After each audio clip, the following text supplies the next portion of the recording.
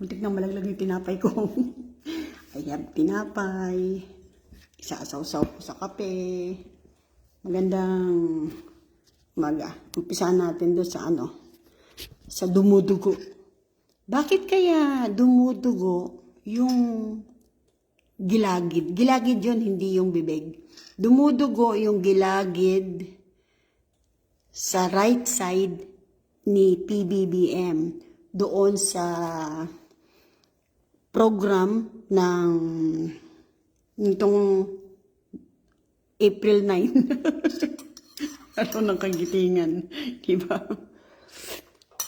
Dumudugo Ano kaya yung reason no? Kasi pag tinanong mo ang isang dentista, ano yung cause ng bleeding? Ano yung cause ng gum bleeding? Kadalasan po, kami po mga dentist, kadalasan ang sinasabi namin cause ng gum bleedings, dumudugong gilagid, mga gilagid taas at baba. Ito pala gilagid, dito pala O sige. Ang cause po nun merong infection sa gilagid. Pwede siyang namamagaba o meron ba siyang parang karamdaman or baka may nakain siya na nag-cause ng gum bleeding. So, di ba niya? Nagdudugi gilagid Dito pa lang naman sa right side. Wala pa dito sa left. Pero sana, wala na sa left. Di ba? Kalat na kalat sa social media yun.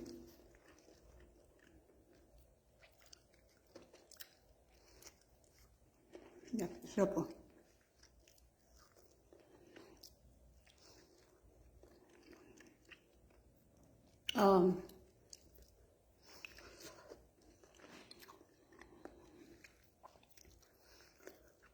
Masyado ng maraming iniintindi si PBBM.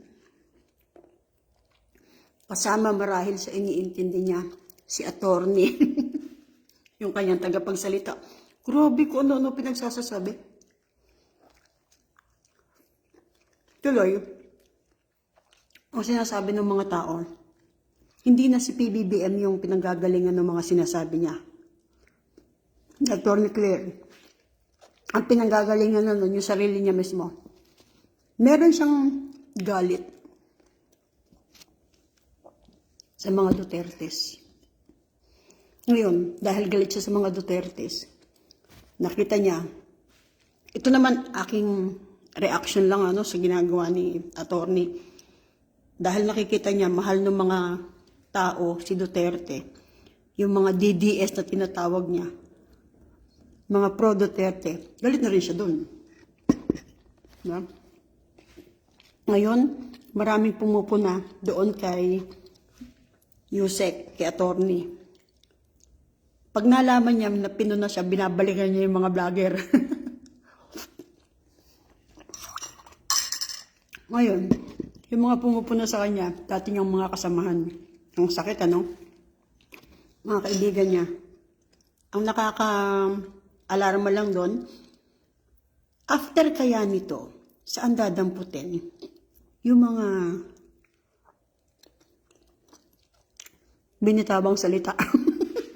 Hindi, saan dadamputin sa attorney? Ano kaya buhay niya pagkatapos nitong masyadong complicated situation na to?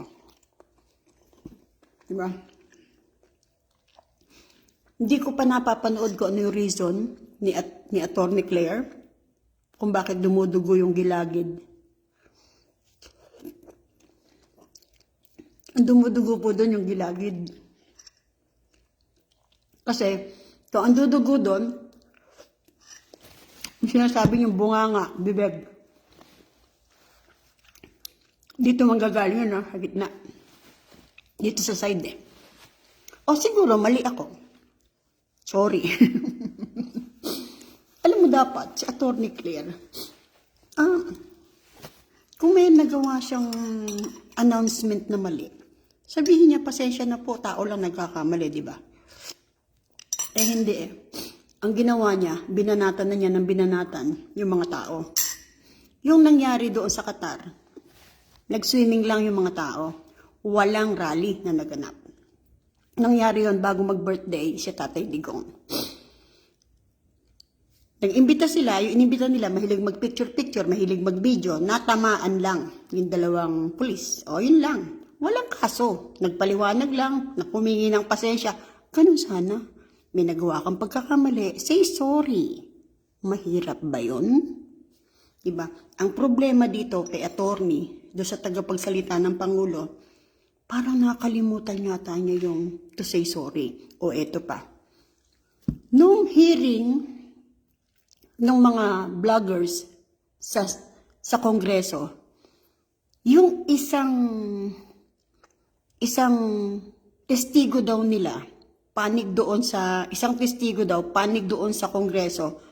Grabe, si Peebles Talakera.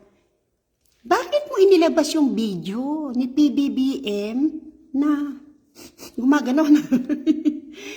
Siya man yun o hindi, hindi mo pwedeng sabihin hindi siya yun. Kasi hindi ka expert, Peebles Talakera. Hindi ako magaling, pero alam ko kung saan ako dapat tumayo. Tsaka hindi naman ako ganun katanga para hindi ko makita na ibig mo sabihin, gaano kagaling yung nag-create ng video na yun, di ba? Sorry po, nabigay na naman ako. Uy, Janice Juan, thank you for watching. Ang problema sa mga tao, sukol na, gagawa pa ng alibay, tapos dadagdagan yung kasinungalingan. Kaya, hindi ba pagka hindi kayo sigurado, pag alam niyong nandun na kayo sa level na nagsisinungaling na kayo, maglaylo na, di ba? Ang problema dito sa sa tagapagsalita ni PBBM, rakatak na rakatak. O, ito pa. Nung araw-araw may press briefing yun eh. May press briefing ba yun o press conference? Basta ganun. Araw-araw yun. Araw-araw siya ini-interview ng mga reporter. May nagtanong, yung taga Net25. Galit siya dun eh, sa reporter na yun.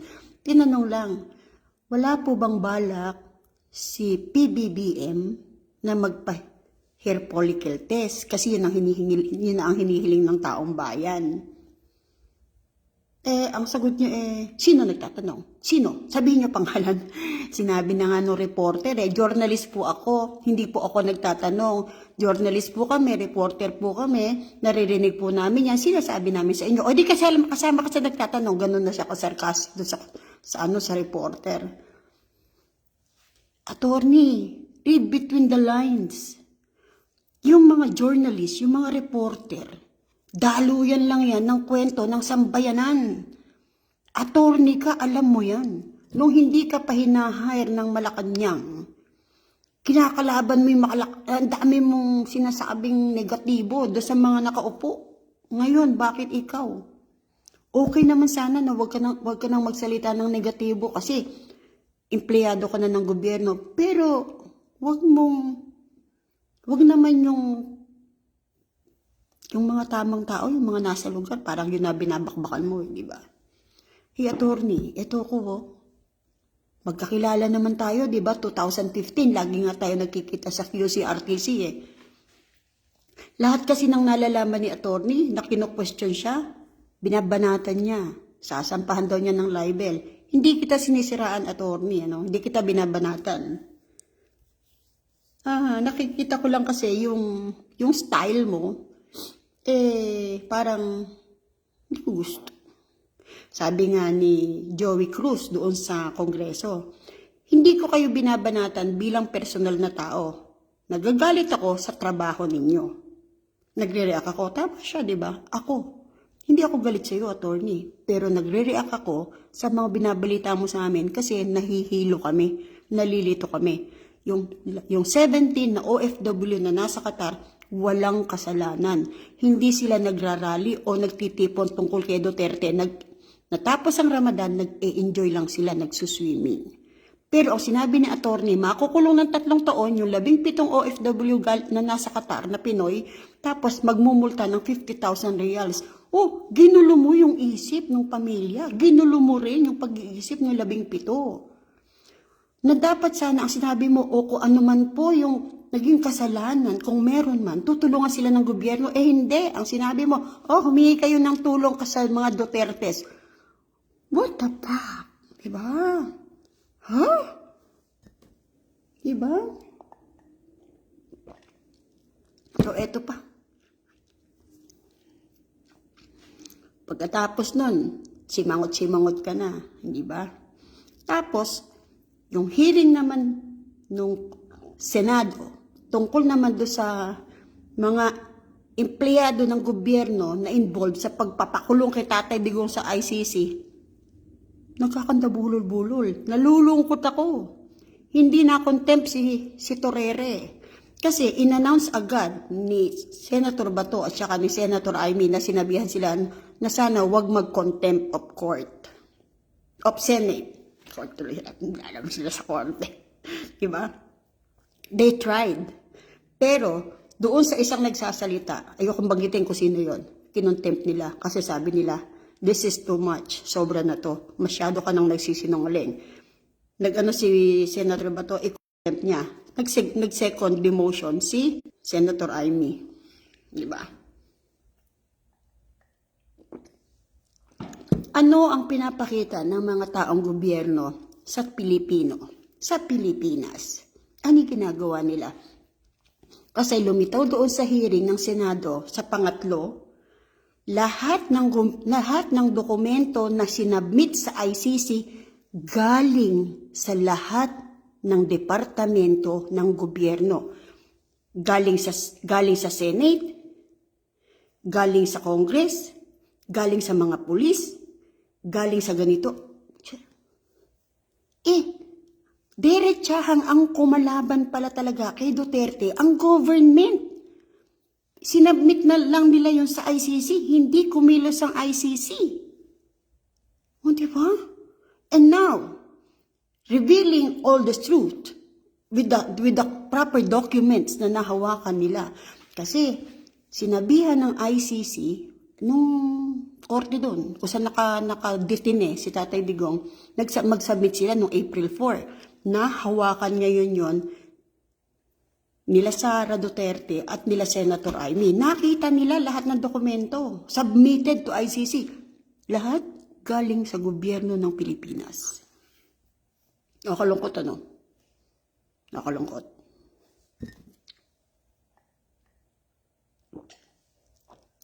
Tapos yung tanong ng mga OFW ngayon, paano daw sila? Ako, paano kami? Kasama nga pala ako, OFW ako.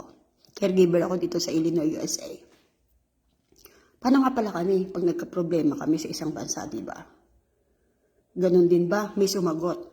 Iba naman daw yung ganon. Iba naman daw yung kay Tatay Digong. Ano pagkakaiba nun? Meron pala. Yung mga OFW nagkakaproblema sa mga bansa na pinupuntahan. Tinutulungan nyo ng Pilipinas para maligtas, para maayuin ng Pilipinas. Ang pagkakaiba pala nung kay Tatay Digong, ang mismong Pilipinas ang nagpakulong kay Tatay Digong. O di ba yung pala pagkakaiba? Kaya tama siya eh. So hindi siya nagsisinungaling doon.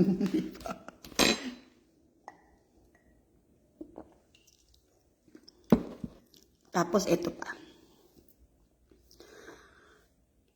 Ikot ng ikot ang istorya. Pero iisa lang naman ang iniikutan. Tapos, pinagtatakpan nila at itinatago. Kanino talaga nanggagaling ang utos? Nagtuturoan na eh. Tinuro ni Torrere si Marbil. Tinuro ni Marbil si DOJ. Si DOJ, hindi alam sino ituturo. Kasi pagka nagturo ang DOJ, yung mastermind na nun, ako alam ko mastermind yun eh, hindi lalaki, babae.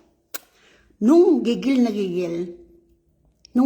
gigil si Yusek Castro, si Yusek Claire Castro, sa 17 OFW, sabi ko, hindi yan nagrarally. 17? Hindi ganun ka-cheap ang mga Pilipino magrarally na 17. Yan ka ako lumabas siya, nag-i-enjoy, nag-swimming niya kasi may nabanggit na naliligo nagsuswimming. Wala ako, ang galing ko, no? Sabi ko, hindi yan. Kasi nanggaling sa Qatar yung anak ko. Nanggaling sa Qatar yung anak ko, hindi ka pwedeng basta magkaroon doon ng rally-rally nang walang permit. Kasi sabi, hindi ala daw permit. Talagang hindi magkakaganon. Kasi nanggaling ang anak ko sa Qatar, yung anak ko. May cellphone yun. Pinagagalitan ko yun. Iniwan yung binaba. Kumain sa restaurant, ibinaba yung cellphone. Umalis, naiwan yung cellphone. Matagal bago sila nakabalik. Andun pa rin yung cellphone. Bukod sa may CCTV na kasi, bawal kasi doon ang basta mangulimbat. Napuputulan ng 2 hands. O di naman kaya, pag may kasalanan, paa napuputulan ng paa.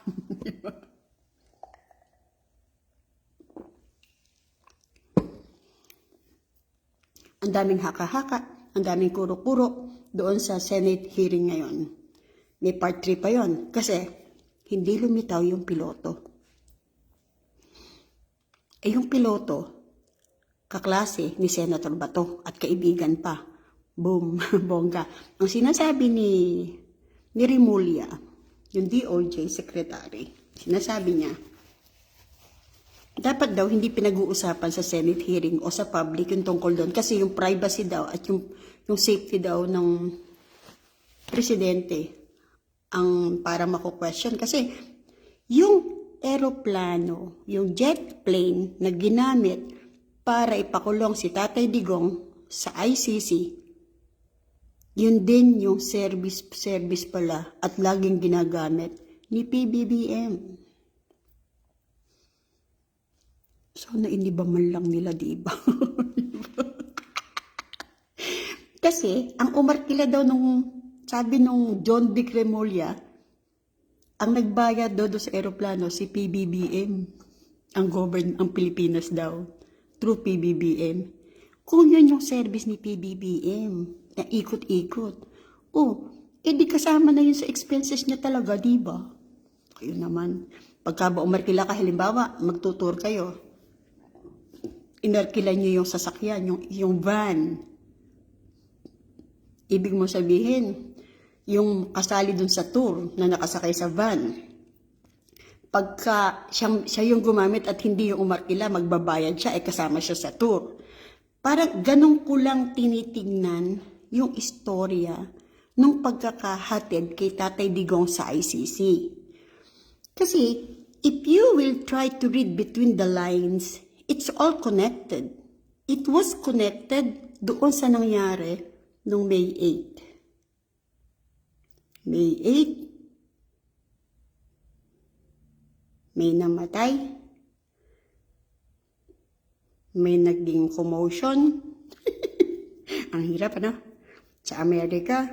Tapos, March 11, dumating si Tatay Digong from Hong Kong. Bakit sila na-rattle? Kasi they weren't prepared. Hindi sila nakagayak. But, na-oblige sila, naobliga sila to act na nagmamadali, to execute what was planned. Plano na pero they were obliged, naobliga silang i-execute yung plano biglaan because of what happened noong March 8. Meron akong video dito live ko yun. Hindi na post sa Facebook. Deleted. Tinry ko yun na i-live sa YouTube. Deleted din. Kasi meron silang hinihintay na words. meron silang pangalang hinihintay. Hindi ko babanggitin. At ito pa. Yung isang OFW na taga dito sa Amerika, lalaki, lagi siyang sinusundan ngayon. He was the one who exposed yung kwento. Kasi nandun siya. At dito po sa Amerika, pag may kwentong ganon, nag-i-spread agad. Kaya, I am following, sinusundan ko yung lalaki na yon, yung istorya niya. Masusundan nyo rin po. I-spelling ko na lang, hindi ko pwedeng banggitin yung pangalan niya. Tignan nyo sa Facebook. ano siya, Bisaya. Hindi ko nga naiintindihan kung minsan yung kanyang sinasabi, pero I'm trying, di ba? Ito yung spelling ng susundan nyo sa Facebook po ito ha. D, letter D, E, tapos another E, tapos N. Tapos, ang apelyido niya, Bangko ang pangalan eh. C, H, A, S, E. Hindi ko pwedeng banggitin ang pangalan niya. Kasi, pag napansin ko lang, pag binanggit ko yung pangalan niya, siguro may umiilaw. O pagka binanggit ko yung saktong petsa at kung sino yung pangalan nung natigok na Pilipinong bilyonaryo, umiilaw uli. Diba? Nakakalungkot lang. Kahapon, April 9, nagdugo ang Gilagid. Hindi bunganga ha, Gilagid po ang nagdugo kay PBBM nung nag-i-speech siya sa araw ng kagitingan ng April 9. Gilagid. Dentist ipay. Yabang-yabang. Diba? Oh, Mary Jean Ruiz, hi. Amelin Reyes Enriquez, hello, pinsan. Kasin. Diba? Yun. Hindi bunganga nagdudugo ha, Gilagid. Sa kanan, dika. Pagka nagdugo yung Gilagid mo, lalawas yan dito unti-unti. Pero pagka dumudugo yung Gilagid mo dito, yan. Pero pagka dumudugo yung bunganga mo, susuka ka ng dugo. Yung bunganga eh. Hindi bunganga. Pag naubos yung kape ko, tapos tayo ha. Pero kukunti na, titipirin ko. Yung latest post ni capital D, E, E, N. Sabi niya, pag may nangyari sa kanya, napatay siya, alam niyo na kung sino dadamputin. May banta sa kanyang life. Baka magkaroon ng gorgoran. Hindi ko katakot. Kaya ako natatakot ako kay attorney eh. Attorney, wag mo akong kakasuhan ng libel. Nagre-react lang ako sa'yo. Di ba kilala naman kita talaga, 2015? O di ba galit na galit sa'yo si Ninita Sablada? Totoo naman sinasabi ko. Hindi ako fake. Ito pa. Si Divine Jacinto, nag-comment siya doon sa Facebook ko. Sabi niya, baka fake news yung mga pinagsasasabi mo. Sabi niya sa akin, maisuhan ka ng subpoena. Sabi niya sa akin, oh my God, natakot ako. Nanginig ako talaga. Tapos, nung nabasa ko yun, tinignan ko yung profile niya. Nakalock. Bakit ka nakalock? Magko-comment ka, and then, nakalock ikaw? How can you be able to comment na nakalock ka? Pwede ba yun? Lock yung Facebook account niya. Tapos nag-comment siya sa akin twice. Gusto ko siyang sagutin, pero I cannot answer. Kasi hindi ko siya ma-open. Even do sa messages, hindi ko ma-open kasi nakalock.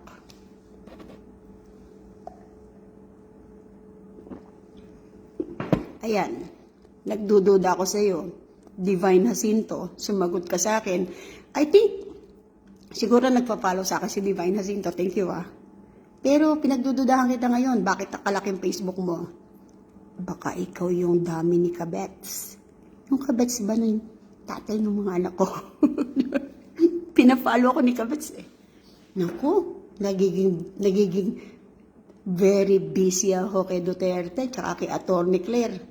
Nakakalimutan kitang i-mention, Kabetsky. Dito na lang. Kabetsky, hello. Huwag ka lang tatambay sa bahay ko, tatahimik ako. Tapos huwag kang sasakay sa van ko, tatahimik ako, di ba? Yung pagiging maepal mo, at pakapintas-pintas mo pa yung flat chest ko, pakialam mo, mas malaki dede mo sa akin. Brutal ano? Very vocal. So, sasabihan mo ako na baka fake news ako, inilantad ko nga yung totoong buhay namin di ba? Then, don't say na fake news ako. Nung sinabi ni attorney na yung 17 OFW Qatar ay makukulong ng 3 taon dahil napatunayan, although iniimbestigahan daw, pero kinulong, maling-mali yun. Yung OFW na si Joseph, siya yung nagbibideo, siya nagpicture, kaya lang sila na question, aksidenteng napicturean ng Pilipino na mahilig mag-video, nakapareho nyo, mag-picture-picture, even pagkain, napicturean yung 2 Qatari police. Yun lang ang naging question. Walang rally. At saka hindi ba nakakahiya? 17 kayo, magrarally ka? Ano ka? Diba? Ang nagrarally, 100, 200, more than. O diba? Diba buong mundo nagrarally ngayon? Diba? Uy, Annalisa Alivia, thank you for watching. Diba? So, ano ngayon ang mangyayari sa nangyaring hearing ng Senate? Napuyat ako dun. Pero natulog na ako agad ng maaga. Tapos nagising ako. Tapos nakita ko, live na sila. Hindi ko na umpisahan yung siguro less than an hour. Pero natapos ko. Kaya naiinis ako eh. Hindi na contempt si, excuse me po, hindi na contempt si Torere. Grabe, ang sinusinungaling mo. Diba? Pero who knows, diba? Tsaka hindi siya covered ng executive privilege. Hindi siya member ng gabinete. Why are you protecting him? Hindi ba? Kasi, tinuro ni Torere yung Marbil. Tinuro ni Marbil yung DOJ. Doon na huminto. Sabi ng DOJ, executive privilege. May bubulong ako ha. Yung mastermind, hindi lalaki. Babae. Sana mali ako. Pero totoo yan. Ang maganda lang sa nangyari na yan, yung mastermind hindi makauwi.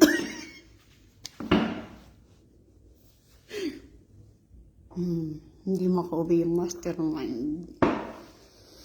Kaya itong si may pangalang Bangko, kasi ang apelyido niya pangalang Bangko dito sa Amerika CHASE.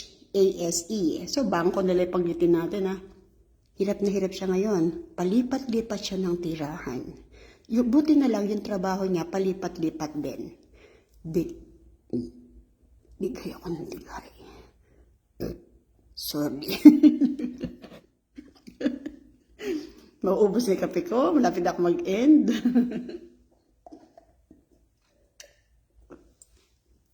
Asan ako? Yun. Malipat-lipat siya ng bahay. Nakakaawa din.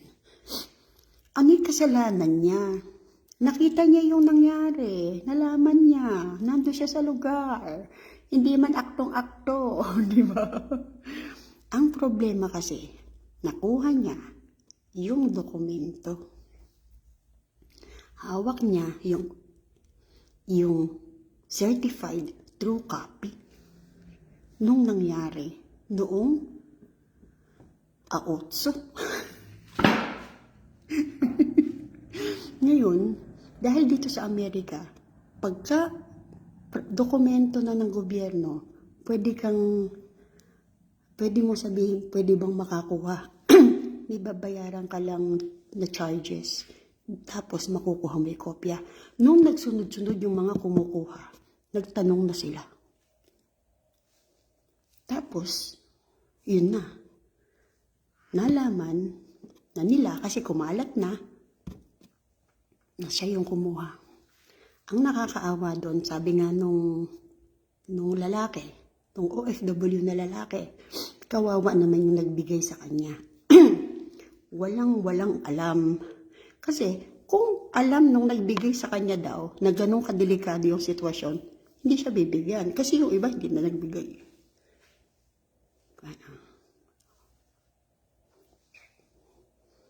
Kaya hindi pwedeng banggitin dito yung pangalan.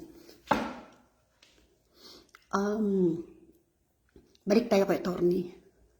Attorney, balik ka na lang, maging vlogger ka na lang uli. Kasi nung vlogger, dating vlogger si attorney, tuwan-tuwa ako sa kanya kasi she's on the right side. Parang right pathway, right road. Hindi siya nagka-counterflow. Ngayon, counterclockwise 360 degrees talaga naman, di ba, no? Being a blogger,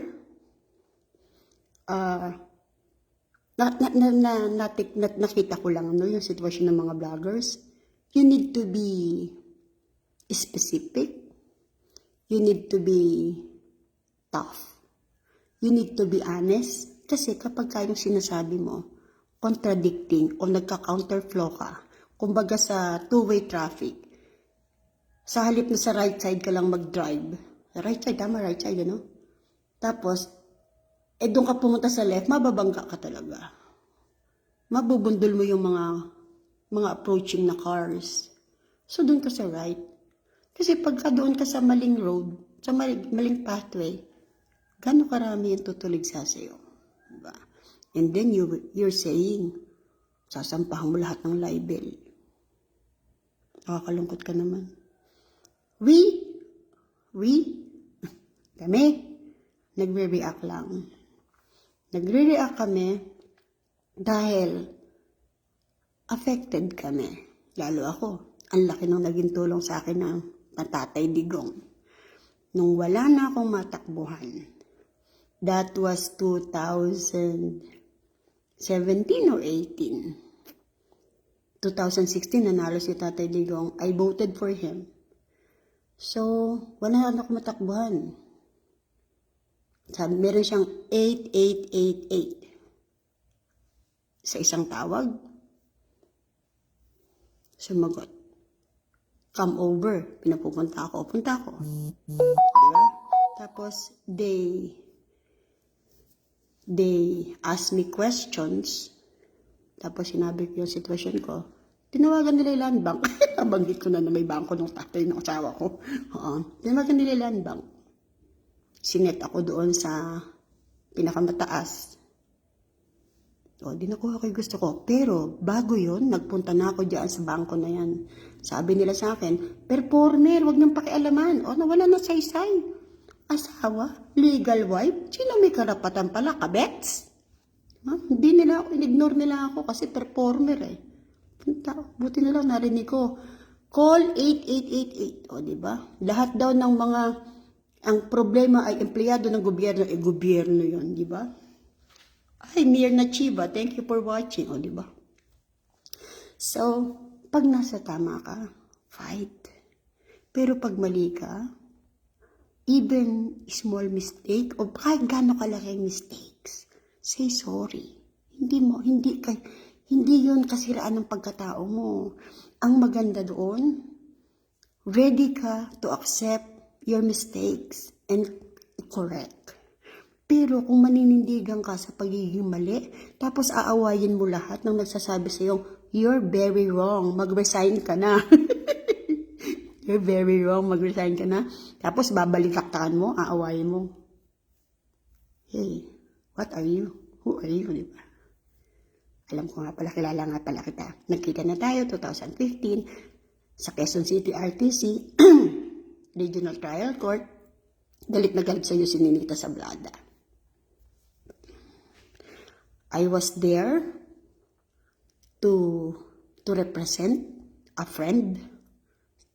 Tapos, sadly, yung friend na yon, tinulungan mo, pinagtanggol ko. Bandang huli, niloko kami mag-iina. Okay lang sanang ako lokohin Pucha, itinuring siyang nanay din ng mga anak ko. Hanggang sa apo ko, niloko kaming lahat. Di ba gano'n ka walang haya yung friend ko na yun, di ba? I don't know kung nasa na siya. That was 2017 or 2018. Kasi, it was started 2015, 2017. Ang naging problema ko, nung end na nung 2017, kasi winalangyan niya ako. Tama yung mga anak ko. kadarating ko noon, galing akong Amerika. Busog na talaga ako. Humingi siya ng tulong sa akin kasi walang tumutulong. Tapos, pinagbabantaan ng buhay ko ng mga kamag-anak. Sabi ko, hey, you, nung walang tumutulong kay Ninita, bakit hindi ninyo tinulungan? Nung nakita niya ako, humingi siya ng tulong sa akin, then, tinulungan ko. Kaya lang tinarantado ko, pinagbabantaan niyo buhay ko. Ano ba? Kawawalang hiya talaga ng mga Pilipino, no? Sorry. Pero dito sa Amerika, alam niyo ba kung sino kaaway ng Pinoy? Pinoy. O tingnan mo, yung OFW, sino kalaban niya? Pinay. Powerful, di ba? Oh, Mary Soul, thank you for watching, o di ba? But, ang sinasabi ko lang po, Marita Urbano, hi, pinsan! Ngayon ka lang, why? Di ba? Ang point ko lang, bakit kasi gumagawa kayo ng bagay na alam niyong tama, pero nagkakamali kayo kasi nararash kayo. Tapos, pagka natuklasan mali ginawaan nyo, tapos na-trace na kayo yung mastermind, tinatago nyo instead of saying, we were sorry, then let us ayusin natin. Hindi. Pagka daw bumalik si Tatay Digong, halimbawa, kasi puro abriyan nangyari sa Julian eh. Pagka daw umuwi si Tatay Digong sa Philippines, hindi nila tatanggapin. Hello? Kayo may-ari ng Philippines? Kayo? Diba?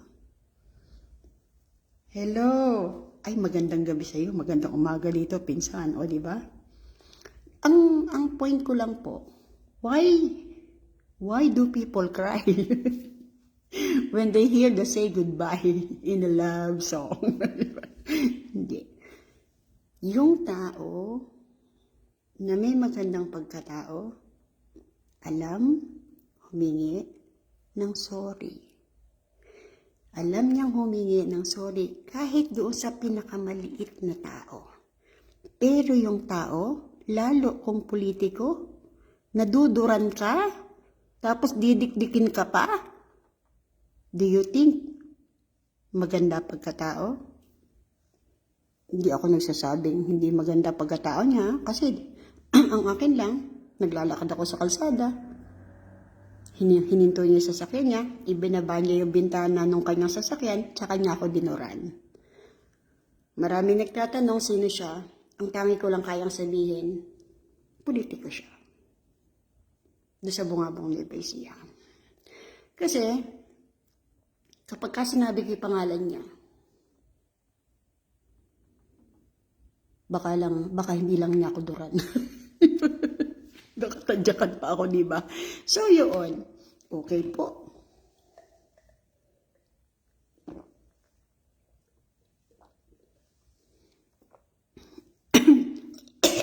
Sorry.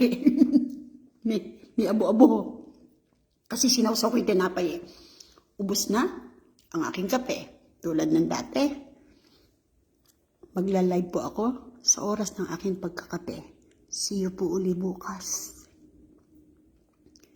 Thank you for joining. Insan, agahan mo. Siguro naghapunan ka pa. Marita Urbano. Sige po, thank you for joining. Ito po si Caregiver Nana ng Illinois, USA. Hindi po ako fake news. Nagre-react ako. Base do sa mga nararamdaman ko. At natutunan ko to connect the dots. Try learning how to connect the dots. Sasabihin mo, uy, may improvement ako. Kasi, pag natutunan mong mag-connect ng dots, next time, matututo kang gumawa. Ano yung argumento? At ano yung pangit sa argumentong pinag-uusapan? At ano yung maganda? Kasi, life is a continuous learning. God bless ating lahat. Loves ko kayo.